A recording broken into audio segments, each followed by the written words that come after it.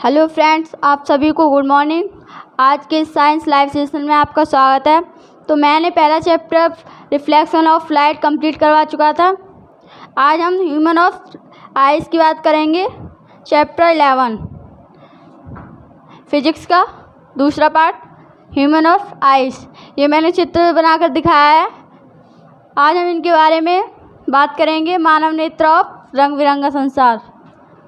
ठीक, तो हम बात करेंगे पहले मानव नेत्र की।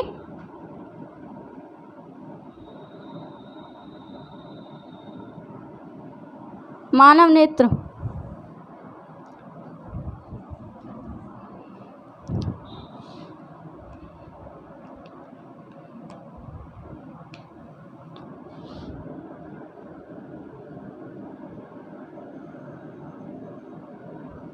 आज हम बात करेंगे मानव नेत्र। तो मानव नेत्र हमें भगवान द्वारा दिया गया एक अमूल्य उपहार है, जिसकी सहायता से हम वस्तु को देख सकते हैं। और मानव नेत्र कैमरे की भांति भी कार्य करता है। तो हम लिखेंगे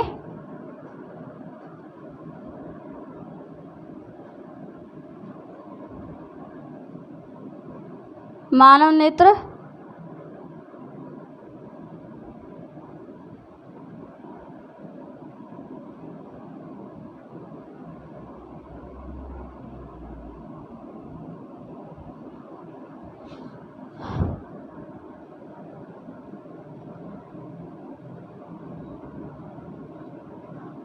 मानव नेत्र भगवान द्वारा दिया गया एक अमूल्य उपहार है, जिससे हम प्रकाश की उपस्थिति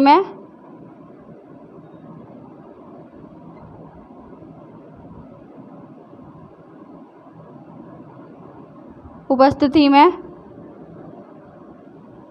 वस्तु को देख सकते हैं। ठीक, मानव नेत्र भगवान द्वारा दिया गया एक अमूल्य उपाय है, जिससे प्रकाश की उपस्थिति में हम वस्तु को देख सकते हैं। और जो मानव नेत्र होता है कैमरे की भांति कार्य करता है। कैमरे की भांति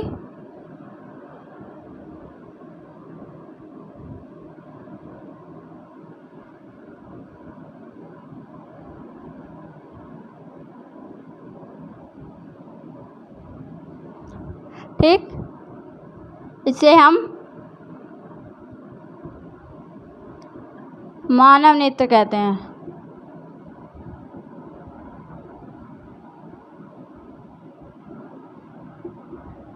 ठीक, मानव नेत्र भगवान द्वारा दिया गया एक अमूल्य उपहार है, जिसकी सहायता से प्रकाश की उपस्थिति में हम वस्तु को देख सकते हैं। और मानव नेत्र कैमरे की भांति कार्य करता है। ये हमारा टॉपिक था पहला, मानव नेत्र।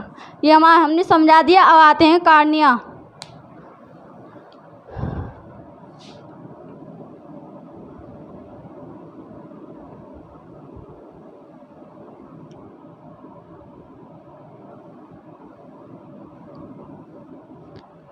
तो कार्निया की बात करें तो हम कहेंगे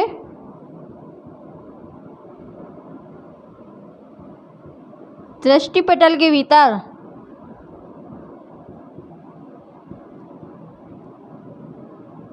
प्रकाश एक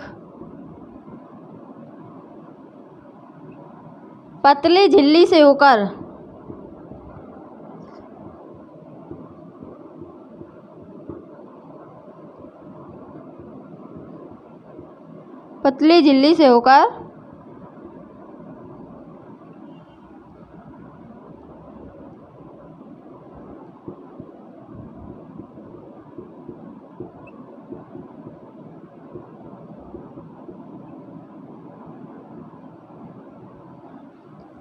दृष्टिपटल के भीतर प्रकाश एक पतली झिल्ली से होकर नेत्र लेंस में प्रवेश करता है, जिसे हम कार्निया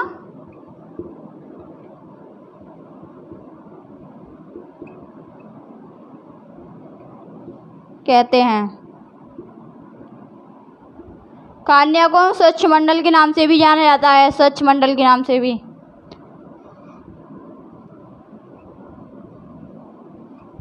कार्निया को स्वच्छ मंडल के नाम से भी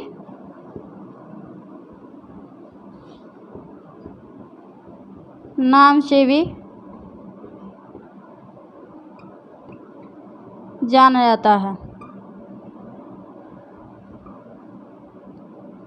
ठीक, ये हो गया हमारा कार्निया।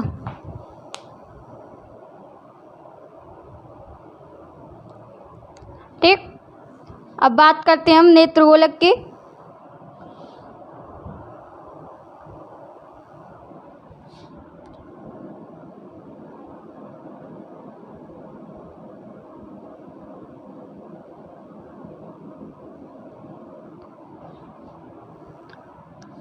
तो हम कहेंगे आँख के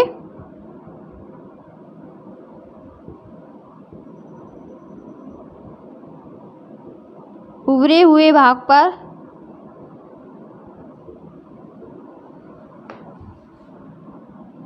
एक काले रंग का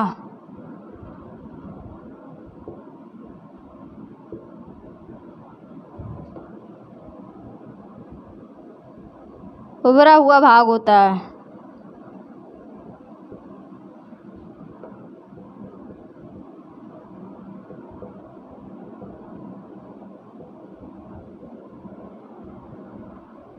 जिसे हम नेत्रगोलक कहते हैं।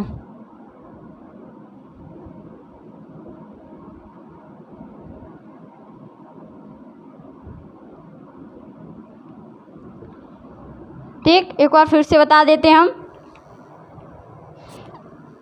मानव नेत्र ये हमें भगवान द्वारा दिया गया एक अमूल्य उपहार होता है, जिससे हम प्रत्येक वस्तु को प्रकाश की उपस्थिति में देख सकते हैं। और मानव नेत्र एक कैमरे की भांति कार्य करता है। ठीक, ये हो गया हमारा पहला चैप्टर, मानव नेत्र, पहला टॉपिक।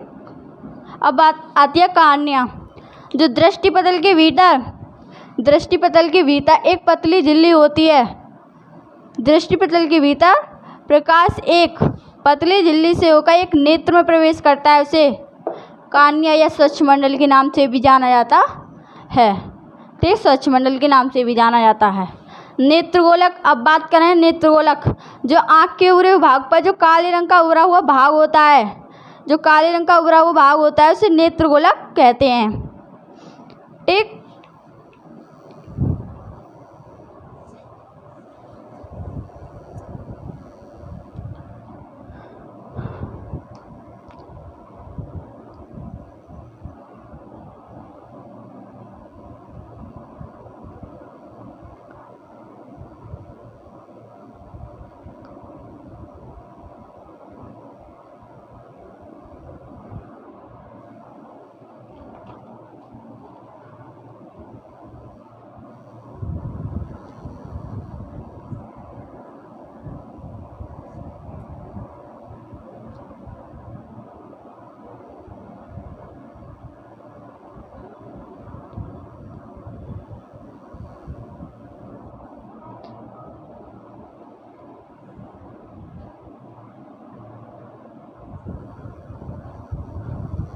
ठीक, ये हो गए हमारे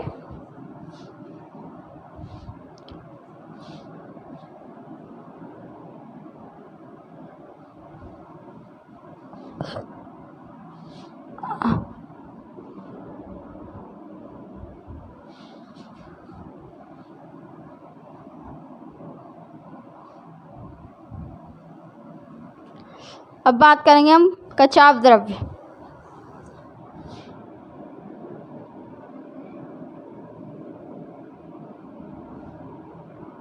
अब इस टॉपिक की बात करेंगे हम, कचाव द्रव्य। तो हम कहेंगे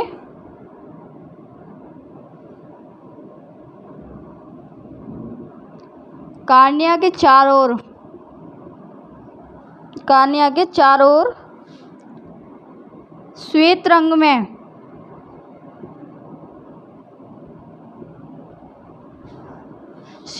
में जो पारदर्शी द्रव्य भरा होता है,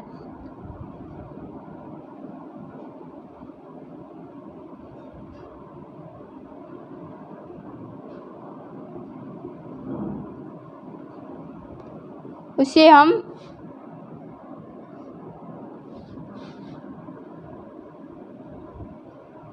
कचाप द्रव्य कहते हैं। ठीक। कचाप द्रव्य जो कॉर्निया के चारों ओर श्वेत रंग में जो पारदर्शी द्रव्य भरा होता है ये, ठीक, उसे हम कचाप द्रव्य कहते हैं। ठीक। अब बात करते हैं परितारका।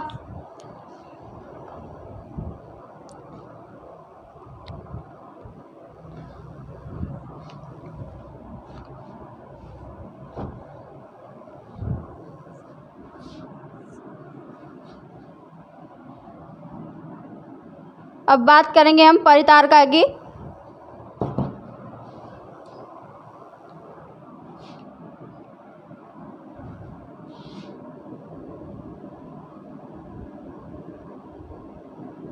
परितारका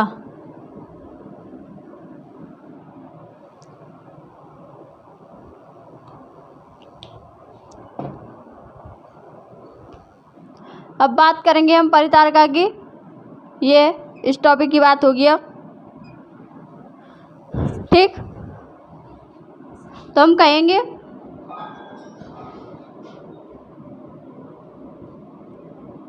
कॉर्निया के चारों ओर जो कॉर्निया की चारों ओर एक पेशी डायग्राम होता है।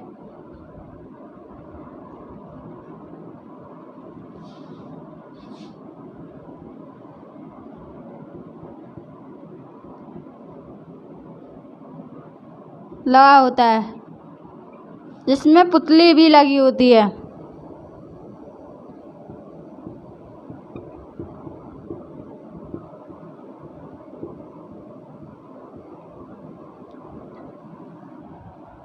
और ये परितारका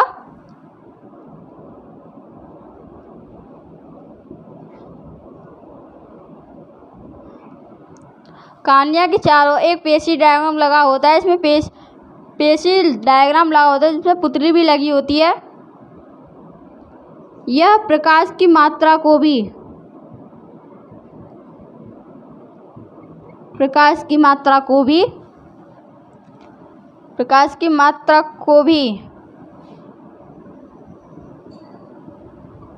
नियंत्रण करता है। ठीक। कॉर्निया के चारों एक पेशी डायग्राम लगा होता है। इसमें पुतली भी लगी होती है। ये प्रकाश की मात्रा को भी नियंत्रित करता है। ठीक।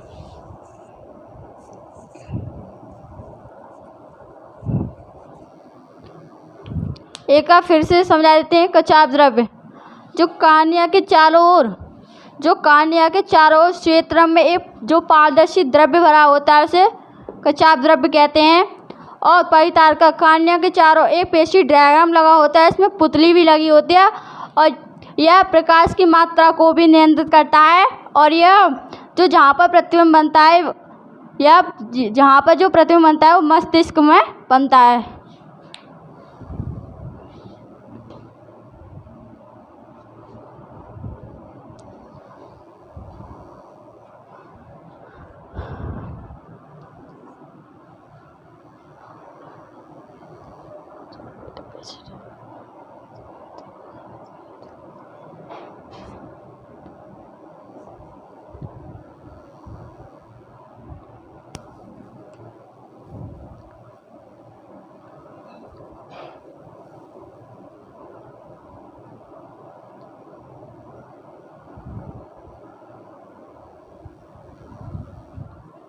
ठीक। अब हम इनको रफ कर देते हैं।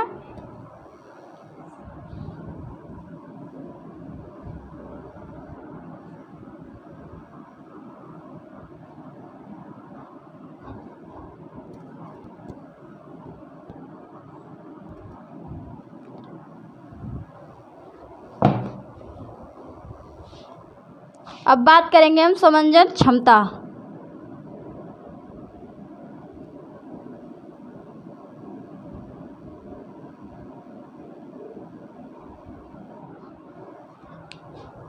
समंजन क्षमता।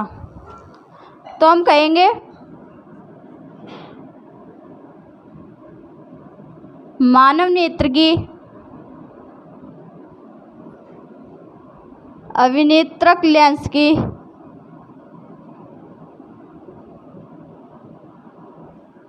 मानव नेत्र की अविनेत्रक लेंस की वक्रता त्रिज्याओं के भीतर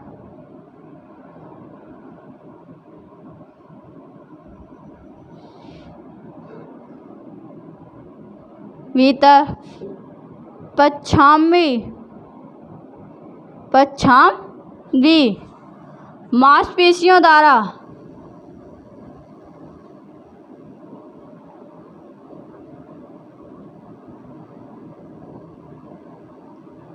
उनका जो रूपांतरण होता है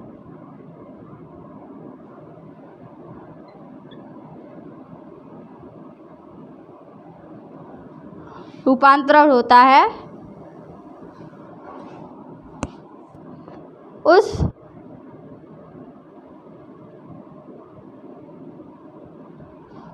रूपांतरण क्षमता को मानव नेत्र की समंजन क्षमता कहते हैं।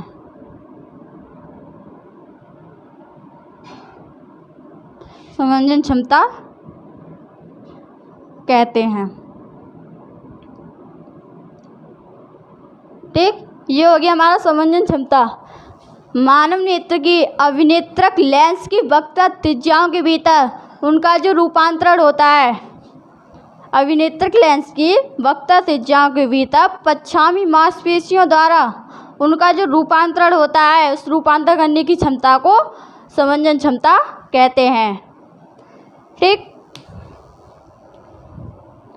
अब बात करते हैं निकट दृष्टि दोष और दूर दृष्टि दोष की।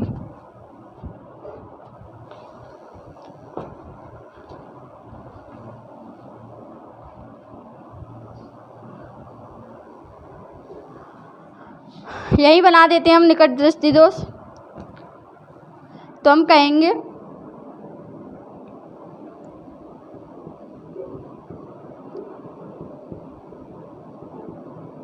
नेत्र दोष कितने प्रकार के होते हैं। तो नेत्र दोष मुख्य प्रकार के होते हैं।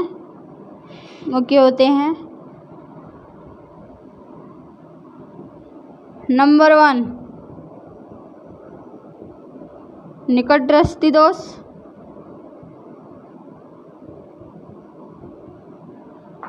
नंबर 2 दूर दृष्टि दोष। दूर दृष्टि दोष को दीर्घ दृष्टि दोष भी कहते हैं। और नंबर 3 चिरा दृष्टि दोष। ठीक, अब हम इनके बारे में बात करेंगे।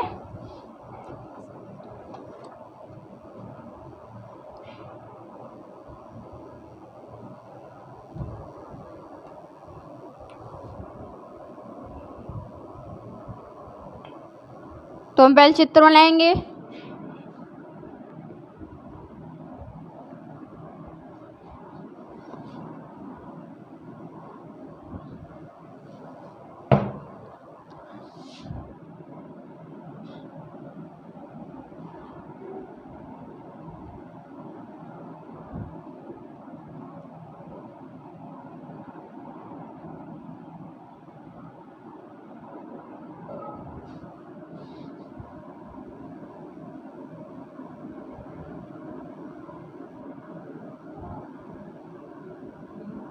समझाने के लिए बना देते हम।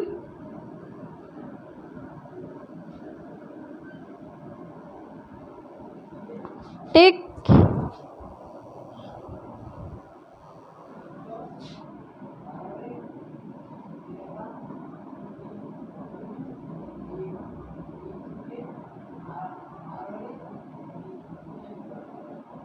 ये गलत बना थोड़ा सा, इसे मिटा के द्वारा से बना देते हैं हम।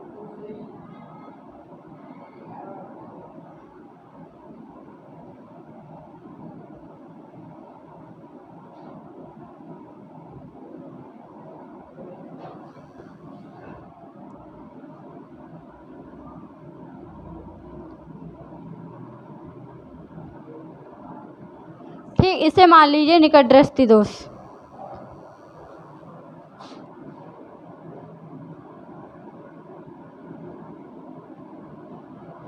ठीक,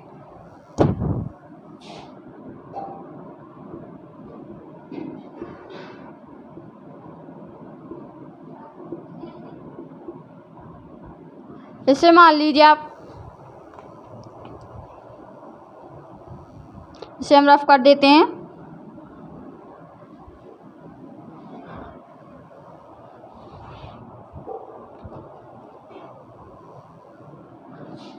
हम कहेंगे निकट दृष्टि दोष।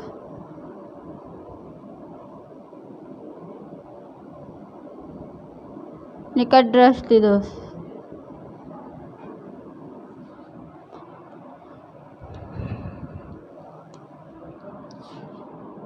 इस दोष से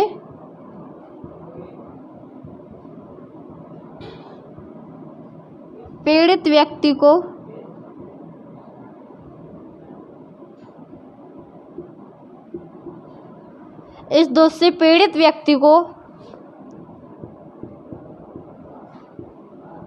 निकट की वस्तु तो स्पष्ट दिखाई देती है,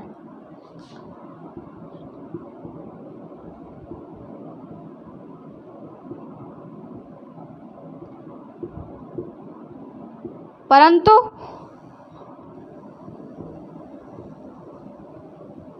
दूर की वस्तु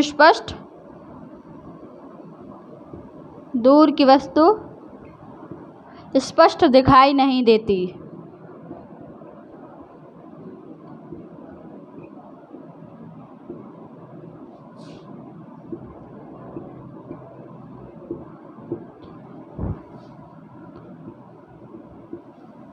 जिससे प्रतिबिंब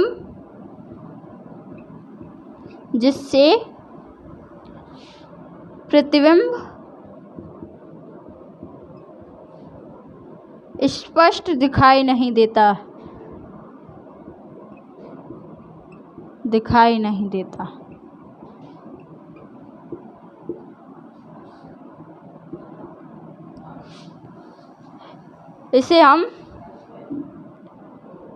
इसलिए हम इसे निकट दृष्टि दोष कहते हैं।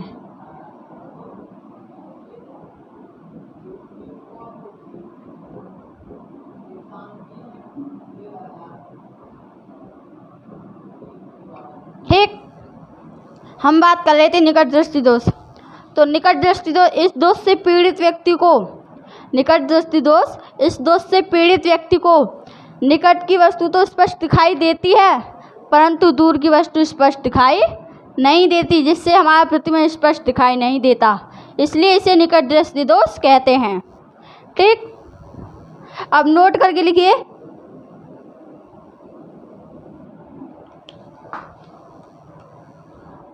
निकट दृष्टि दोष को दूर करने के लिए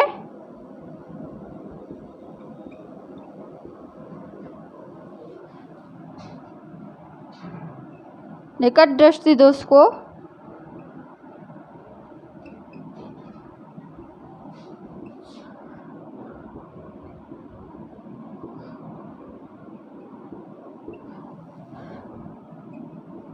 अवतल लेंस की आवश्यकता होती है। अवतल लेंस की, कॉनकेव लेंस की आवश्यकता होती है।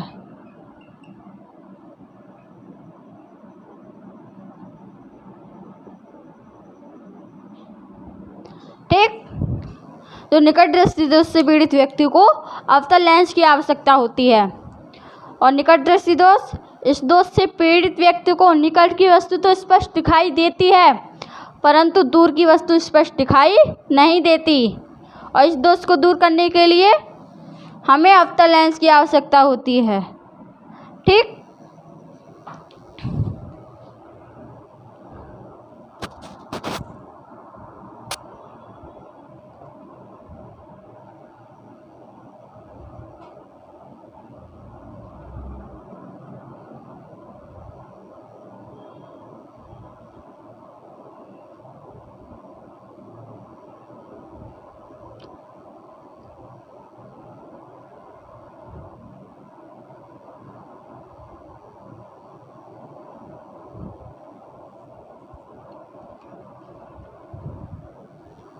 अब बात करते हैं दूरदृष्टि दोष।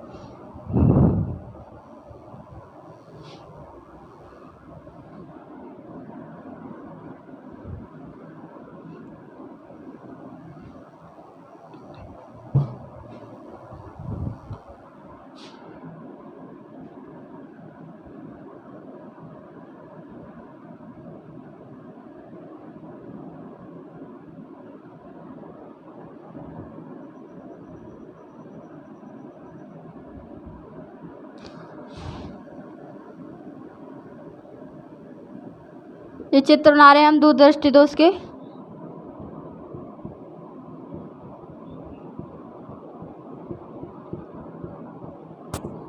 ठीक,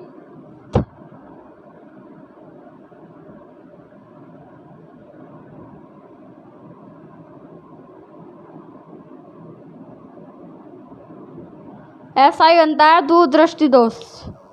ठीक, ये किरणें आ रही हैं, ये फैल रही हैं। ठीक, तो हम डायरेक्ट डालेंगे दूरदृष्टि दोष। दूरदृष्टि दोष को दीर्घदृष्टि दोष भी कहते हैं। ठीक, अब बात करते हैं दूरदृष्टि दोष। तो हम कहेंगे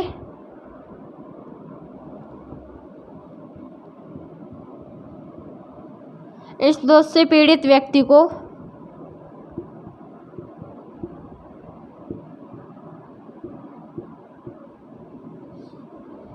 दूर की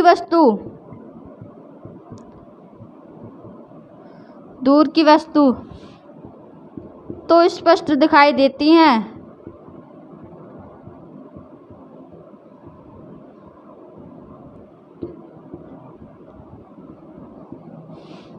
परंतु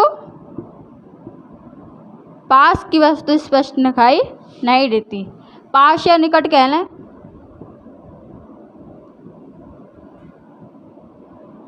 निकट की वस्तु स्पष्ट दिखाई नहीं देती, स्पष्ट दिखाई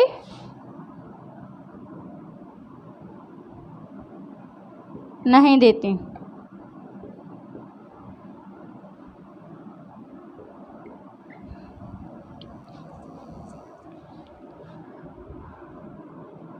इसलिए इसे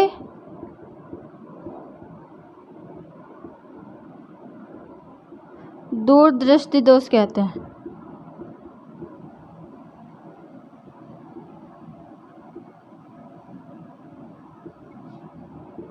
ठीक, दूरदृष्टि दोष।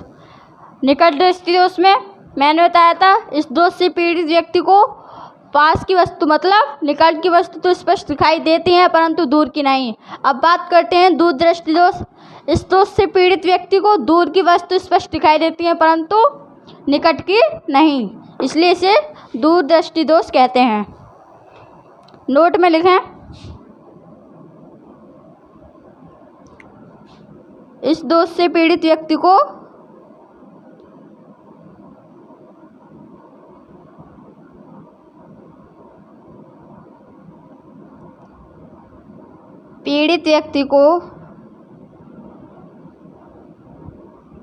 उत्तल लेंस की आवश्यकता होती है।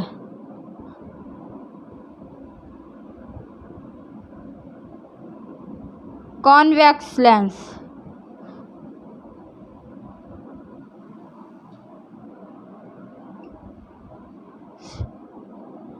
की आवश्यकता होती है।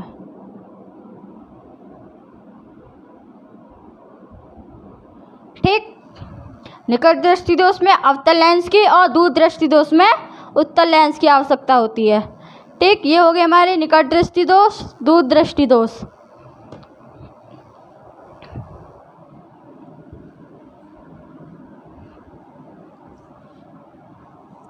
रफ कर दूं। समझा तो दिया ही मैंने।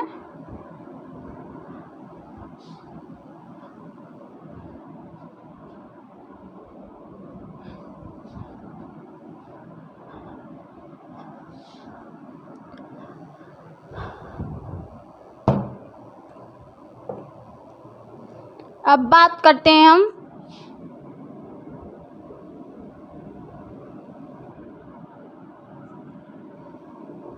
निकट दृष्टि दोष के कारण।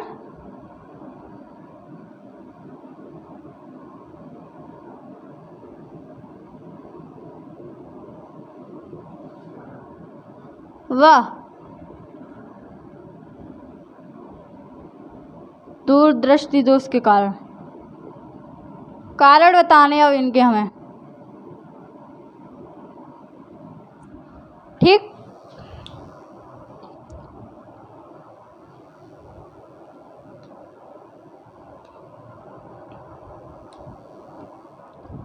तो हम पहले लेंगे अब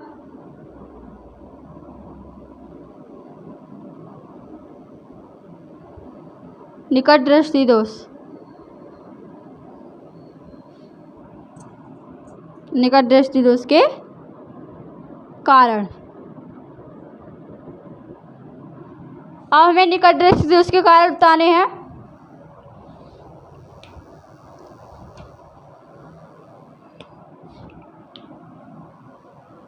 तो हम कहेंगे जो मानव नेत्र की वक्रता त्रिज्या अत्यधिक हो जाती है, वक्रता त्रिज्या अत्यधिक हो जाती है, अत्यधिक हो जाती है,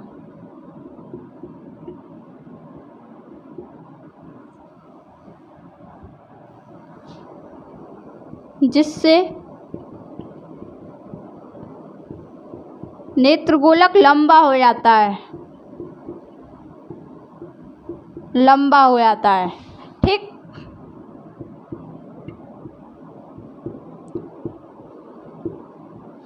ये हो गए निकट दृष्टि दोष के कारण। अब बात करेंगे हम दूर दृष्टि दोष की।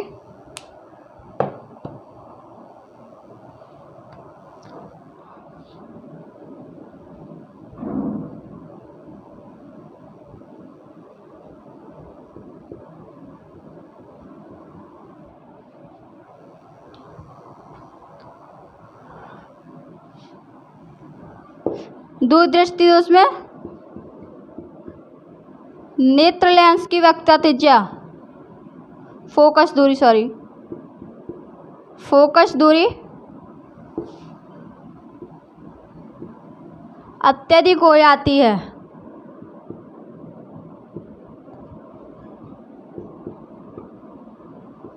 अत्यधिक हो जाती है, और नेत्रगोलक छोटा हो जाता है,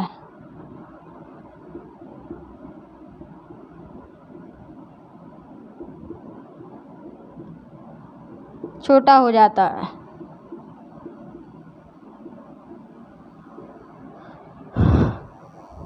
अब इनमें अंतर दिख रहा है। निकट दृष्टि दोष जो मानव नेत्र की वक्रता त्रिज्या इसमें अधिक हो जाती है और नेत्रगोलक लंबा हो जाता है। निकट दृष्टि दोष के कारण है मानव नेत्र की वक्रता त्रिज्या अधिक हो जाती है और नेत्रगोलक लंबा हो जाता है। और दूरदृष्टि दोष के मानव नेत्र की जो फोकस दूरी है वो अत्यधिक हो जाती है और नेत्रगोलक छोटा हो जाता है, ठीक। ये हो गए इनके कारण।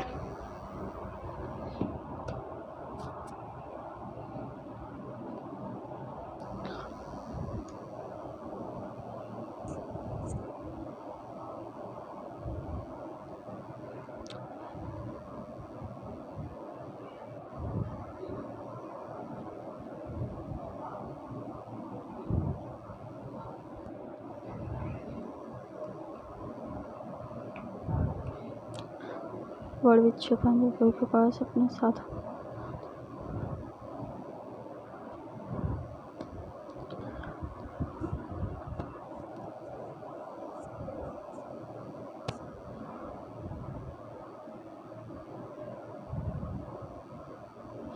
अच्छा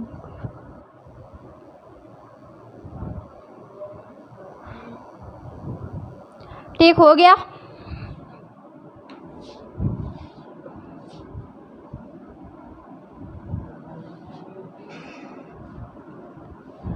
और भी होते हैं दोष, मगर क्लास 10th में यही 3 दोष आए हैं,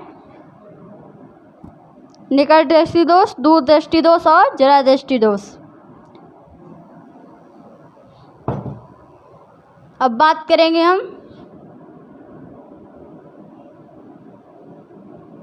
जरा दृष्टि दोष। ठीक, तो हम कहेंगे जरा दृष्टि दोष आयु में वृद्धि के साथ साथ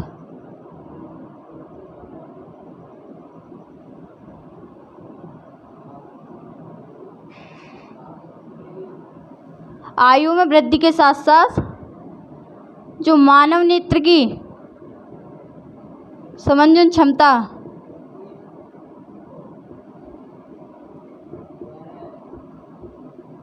आयु में वृद्धि के साथ साथ मानव नेत्र की समंजन क्षमता कम हो जाती है, कम हो जाती है।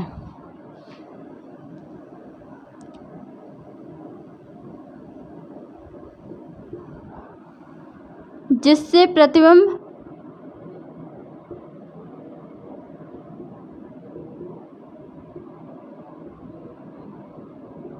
स्पष्ट दिखाई नहीं देता।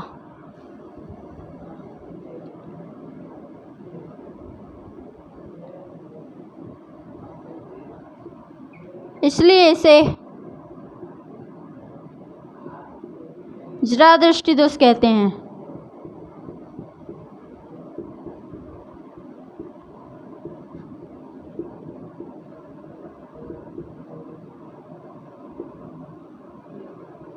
ठीक, जरा दृष्टि दोष आयु में वृद्धि के साथ साथ मानव नेत्र की समंजन क्षमता होती है।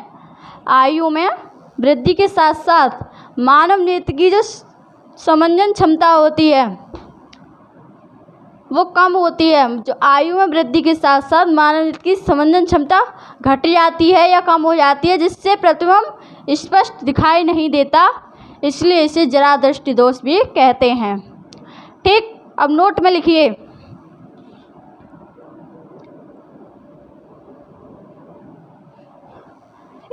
इस दोष से पीड़ित व्यक्ति को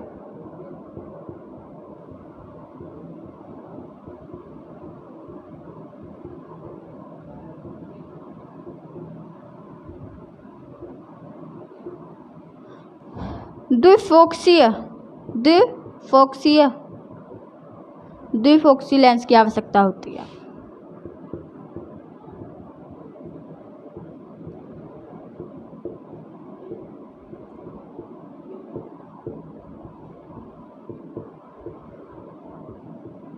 ठीक, मैंने बताया निकट दृष्टि दोष में अवतल लेंस की आवश्यकता होती है और दूर दृष्टि दोष में उत्तल लेंस की, और जरा दृष्टि दोष में द्विफोक्सीय लेंस।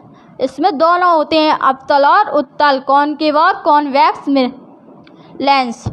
ठीक, ये हो गए हमारे दोष कंप्लीट।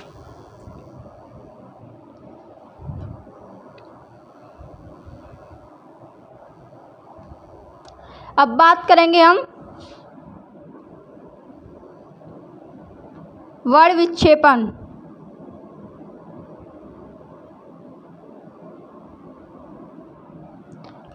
अब बात करेंगे हम वर्ण विक्षेपण। तो वर्ण विक्षेपण की डेफिनेशन देखते हैं। जब कोई भी प्रकाश की किरण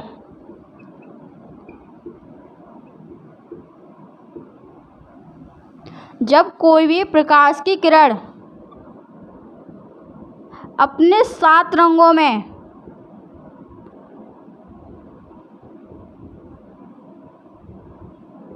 विभक्त होती है, जब कोई भी प्रकाश की किरण अपने 7 रंगों में विभक्त होती है,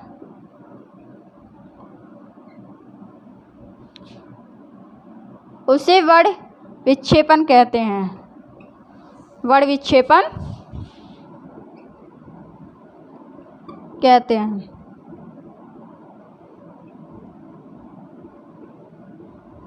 ठीक।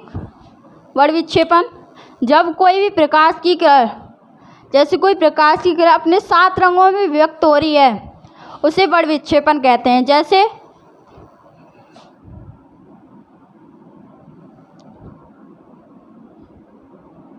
विवग्योर, जैसे विवग्योर। ठीक, ऊपर रफ कर दूं मैं।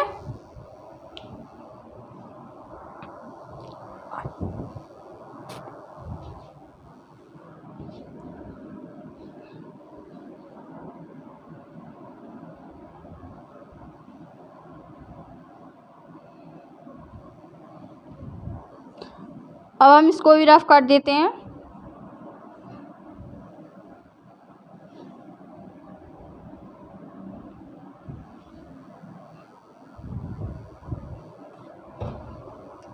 वर्ण विक्षेपण, जब कोई भी प्रकाश की किरण अपने 7 रंगों में विभक्त होती है, उसे वर्ण विक्षेपण कहते हैं। जैसे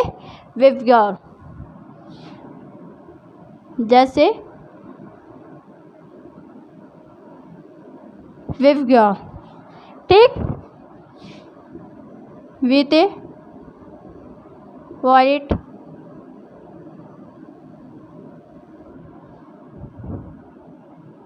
आईते इंडिगो। ठीक।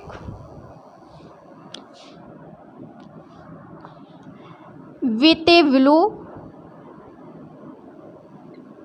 वाईते येलो, ओते ऑरेंज,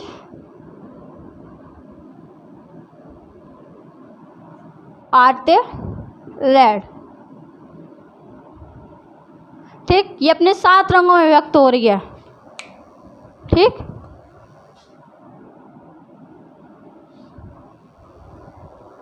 वर्ण विक्षेपण कहते हैं इसे।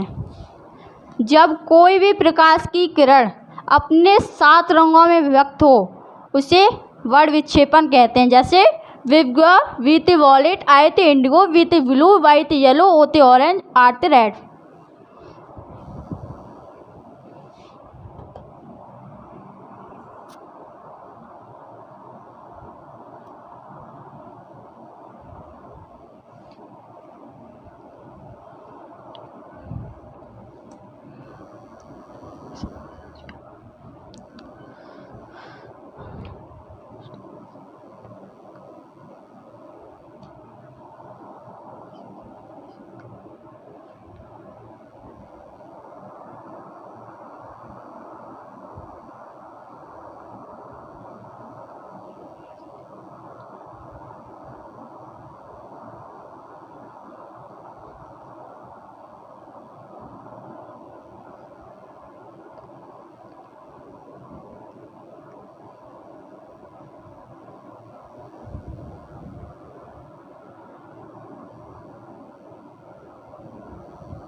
ठीक हो गया।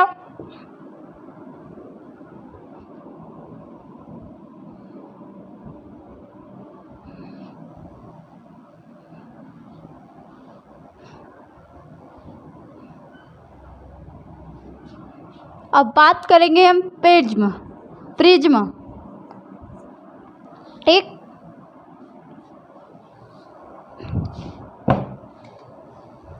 अब बात करेंगे हम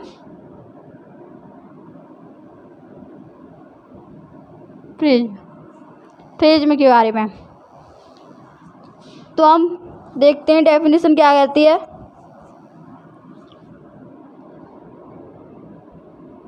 प्रिज्म एक, जो प्रिज्म एक समबाहु त्रिभुज के आकार की होती है।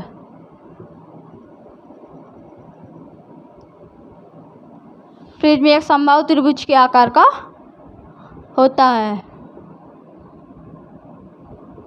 और ये कांच के क्रिस्टलीय पदार्थ से बना होता है और यह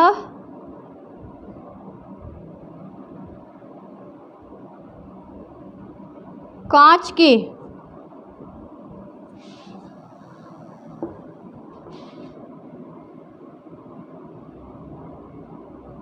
और यह कांच के क्रिस्टलीय पदार्थ से बना होता है।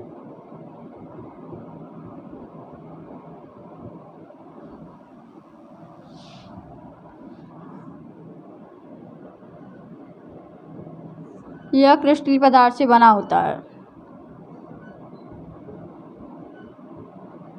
इसमें से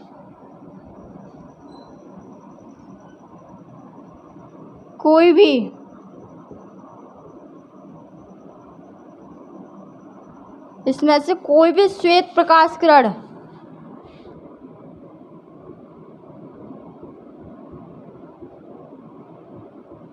निकाली जा सकती है।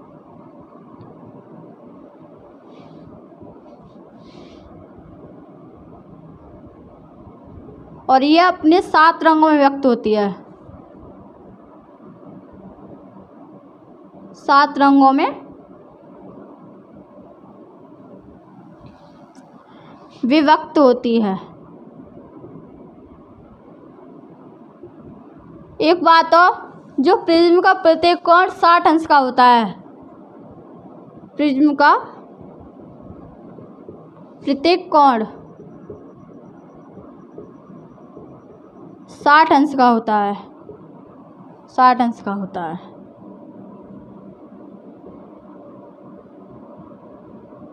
ठीक। प्रिज्म यह एक समबाहु त्रिभुज के आकार का होता है। प्रिज्म यह एक समबाहु त्रिभुज के आकार का होता है। यह कांच के क्रिस्टलीय पदार्थ से बना होता है। इसमें से कोई भी प्रकाश की श्वेत किरण निकाली जा सकती है और ये अपने 7 रंगों में व्यक्त होती है। और जो प्रिज्म का प्रत्येक